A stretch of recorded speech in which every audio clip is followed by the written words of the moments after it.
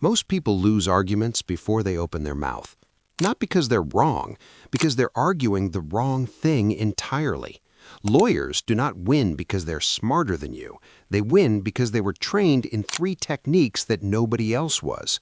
Techniques that work in courtrooms, but also in boardrooms, interviews, negotiations, and every difficult conversation you have ever lost. The third technique is the one that ends arguments permanently. Most people never learn it. Here is all three. Chapter 1. They never argue the facts, they argue the frame. Here is what untrained people do in an argument. They argue facts. You said this. No, I did not. Yes, you did. No, I did not. Back and forth, forever. Nobody wins because both sides are playing defense on the same strip of ground. Lawyers do not do this. The first thing a trial lawyer learns is that facts are almost never the issue. The frame around the facts is the issue. Cognitive linguist George Lakoff at UC Berkeley spent decades studying how language shapes thought. His conclusion, whoever sets the frame wins the argument before it begins. Because once a frame is established, every fact gets filtered through it. The defense does not argue that their client did the trigger. They argue that their client is a father of three who made one catastrophic decision under duress. Same facts, completely different frame. The prosecution calls it murder. The defense calls it a tragedy.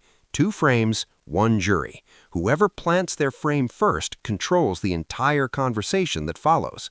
Your version. Stop responding to the frame you were given.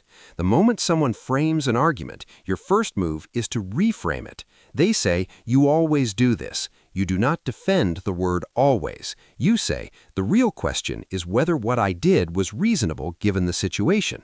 You just moved the entire argument to different ground you chose. Chapter 2. They destroy credibility before they destroy the argument. Here's the uncomfortable truth about how persuasion actually works. People do not evaluate arguments on logic. They evaluate arguments on the credibility of the person making them. Psychologist Robert Cialdini spent his career studying this. His research showed that authority, likability, and social proof change how people receive information before a single word of the argument is processed. Lawyers know this. Cross-examination is not primarily about proving the witness is lying. It is about making the jury feel they cannot fully trust the witness. There's a difference. A proven liar loses the argument. A slightly untrustworthy witness also loses the argument, and the second one is far easier to create.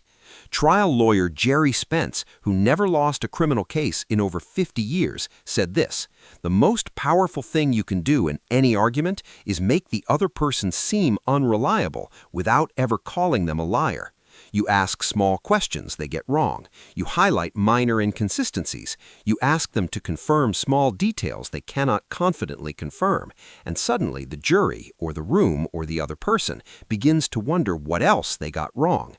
Your version. In any disagreement, before engaging the argument, establish your own credibility clearly. Say what you know firsthand versus what you heard secondhand. Acknowledge the one part of the other person's argument that is correct. This makes everything else you say more persuasive, because now you appear to be the balanced, reliable one in the room. And once you have that position, you do not give it up. Chapter 3. They concede to conquer. This is the technique that ends arguments, and the one that feels most wrong until you understand why it works.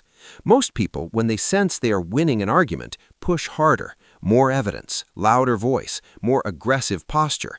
This is a mistake.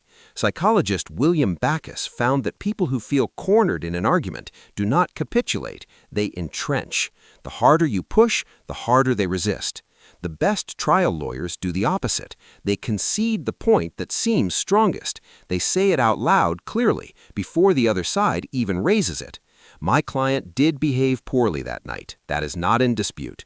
What is in dispute is whether behaving poorly constitutes the crime you are accusing him of. That single move does 4 things simultaneously. It removes the other side's strongest weapon before they can swing it. It makes the lawyer appear honest and balanced. It reframes the argument to the territory the lawyer chose. And it psychologically disarms the other side, who now have no attack left. Researcher Adam Grant at Wharton found that negotiators who made the first concession were significantly more likely to achieve their desired outcome than those who held rigid positions, because conceding a small point signals confidence. Only the person who is certain they are right can afford to agree with their opponent. Your version. In your next argument, identify the strongest point in the other person's position. Say it out loud before they do. Then explain why, even granting that point, your position still holds. What happens next will feel strange. The other person will stop fighting, not because you overpowered them, because you made them feel heard. And the moment someone feels heard, the argument is already over. Frame the argument, own the credibility, concede to conquer. That's how lawyers win before the argument begins.